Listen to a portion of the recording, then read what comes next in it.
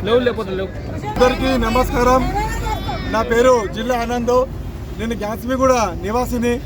గత నెల 23వ తారీఖు రోజు మా గ్రామంలో ఇలాంటి గ్రామ సభ జరగలేదు. ఈ యొక్క మా గ్రామంలో గ్రామ సభ జరిగినట్లు మా గ్రామ కార్యదర్శి గారు వరలక్ష్మి గారు మరియు ప్రత్యేక అధికారి వాల్య గారు ఇద్దరు కలిసి మా గ్రామాన్ని మున్సిపాలిటీ విలీనం చేసేందుకు ఒక పత్రాన్ని బోగస్ పత్రాన్ని సృష్టించడం జరిగింది. మా గ్రామంలో ఎటువంటి వారికి కూడా సమాచారం కూడా లేదు.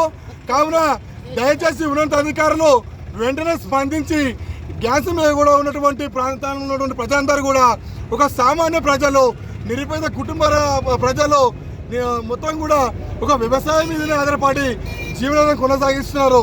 ఈరోజు గ్రామ పంచాయతీ ఉంటేనే ఈరోజు ట్యాక్స్ కట్టే పరిస్థితి ఉన్నది.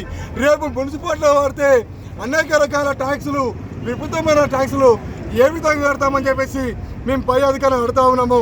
దయచేసి మా గ్రామం పేరు ఇలా లీజులు లేకుండా కానీ ఇలా శంకరపురము ఇలా అవుటర్ రింగ్ రోడ్కు ఆనుకొని ఒక కిలోమీటర్ వరకు ఇలా శంకరపురం ప్రాంతం ఉన్నది.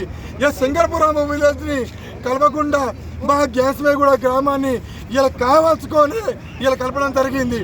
మేమైతే మేము గ్రామస్తులము ఒక జేఏసీగా అన్ని రాజకీయ పార్టీలు ఇలా అఖిల పక్షంగా కలిసి ఈ నియోజకవర్గం చేస్తా ఉన్నాము. మా గ్రామాన్ని గ్రామ పంచాయతీగానే కొనసాగించే వరకు మా పోరాటం ఆగదు. ఇలా ప్రాణాలైనా అర్పిస్తాం. మా గ్రామాన్ని కాపాడుకోవడం అనే నినాదంతో మేము ముందుకు సాగుతున్నాం.